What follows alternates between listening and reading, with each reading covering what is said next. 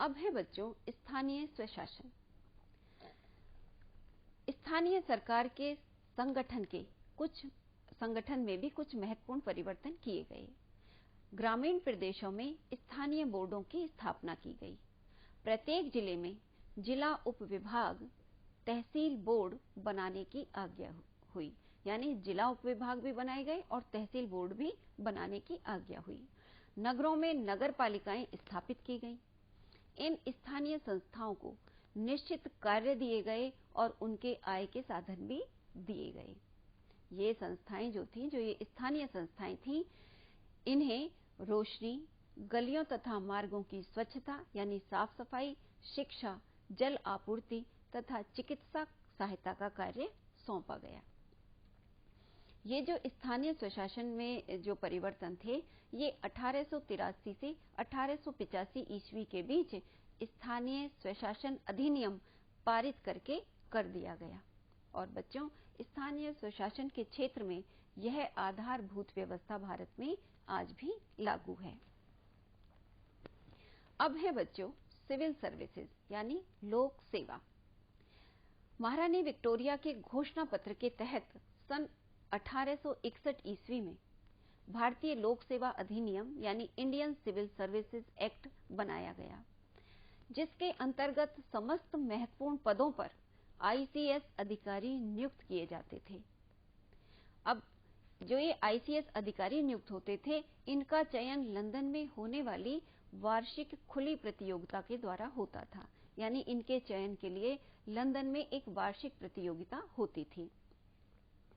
यह प्रतियोगिता, यह जो परीक्षा थी, यह अंग्रेजी भाषा में ही दी जा सकती थी, इसलिए भारतीयों के लिए इसे पास करना कठिन होता था। 1853 ईस्वी तक इस परीक्षा में बैठने की अधिकतम आयु 23 वर्ष थी। बाद में इसे 23 वर्ष से घटाकर 21 वर्ष कर दिया गया और 1876 ईस्वी में 21 वर्ष से घटाकर इसकी अधिकतम आयु केवल 19 वर्ष कर दी गई। इसलिए अब भारतीयों के लिए इसमें सम्मिलित होना लगभग असंभव हो गया था। बच्चों, 1863 ईस्वी में यह परीक्षा उत्तीर्ण करने वाले यानी आईसीएस की परीक्षा उत्तीर्ण करने वाले पहले भारतीय थे सत्येंद्र नाथ ठाकुर, जो कि रविंद्रनाथ ठाकुर के बड़े भाई थे। सिविल सर्विसेज में आगे क्या था बच्चों? आज जो आईसीएस की परीक्षा थी, इसको आज आईएएस भारतीय प्रशासनिक सेवा कहते हैं। इसका चयन प्रक्रिया जो है वह अभी भी मिलती जुलती है। इसी प्रक्रिया के तहत प्रशासन के दूसरे विभागों जैसे पुलिस, सार्वजनिक निर्माण, चिकित्सा, डाक एवं तार, वन प्रौद्योगिकी, अभियांत्रिकी, कस्टम तथा रेलवे के सभी उच्च वेतन पाने वाले जो पद थे, उन पर सिर्फ ब्रिटिश नागरिक ही नियुक्त हो सकते थे। भारतीयों के दबाव में 1918 ईस्वी में प्रशासकीय तथा लोक सेवाओं का भारतीयकरण किया जाना शुरू हो गया। नियंत्रण और अधिकार के पदों पर अंग्रेज अधिकारी ही बने रहे, यानी जो विभाग थे, इनमें सभी में जो नियंत्रण और अधिकार के पद होते थे, उन पर केवल अंग्रेज अधिकारियों की ही नियुक्ति होती थी। सेना और पुलिस का पुनर्गठन। बच्चों, 1857 ईस्वी के बाद पुनर्गठन की प्रक्रिया के अंतर्गत सेना को भी पुनर्गठित किया गया। 1857 ईस्वी से पहले बंगाल, मद्रास यानी चेन्नई और बंबई यानी मुंबई की जो सेनाएं थीं, ये तीनों अलग अलग सेनाएं थीं और ये तीनों स्वतंत्र रूप से कार्य करती थीं। लेकिन 1893 ईस्वी में इन सेनाओं का एकीकरण कर दिया गया, यानी तीनों सेनाओं को मिलाकर एक कर दिया गया और ब्रिटिश सेना अध्यक्ष के अधीन इस सेना को रखा गया। इसमें यूरोपीय सैनिकों का अनुपात भारतीय सैनिकों की तुलना में लगभग दुगना होता था, यानी यूरोपीय सैनिकों की संख्या भारतीय सैनिकों से डबल होती थी। भारतीय जो सैनिक इसमें सेना में होते थे, वो केवल सूबेदार पद तक होते थे। सूबेदार से ऊपर किसी पद पर उनकी नियुक्ति नहीं की जाती थी। उच्च पदों पर जो अंग्रेज अधिकारी थे, उन्हीं की नियुक्ति होती थी। यह व्यवस्था 1914 ईस्वी के प्रथम विश्व युद्ध तक ऐसी की ऐसी ही बनी रही। पुलिस संगठन में दरोगा का पद भारतीयों के लिए रखा गया था और पुलिस अधीक्षक यानी पुलिस सुप्रिंटेंडेंट एसपी का पद यूरोपियों के लिए था, यानी जो सबसे ऊंचा पद था वो यूरोपियों के लिए था। सेना और पुलिस इन दोनों का काम क्या था?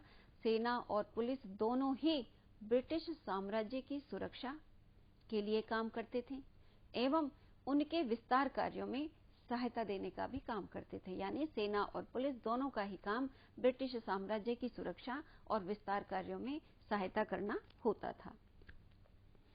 अब है बच्चों, न्यायिक संगठन के क्षेत्र में क्या सुधार किए गए।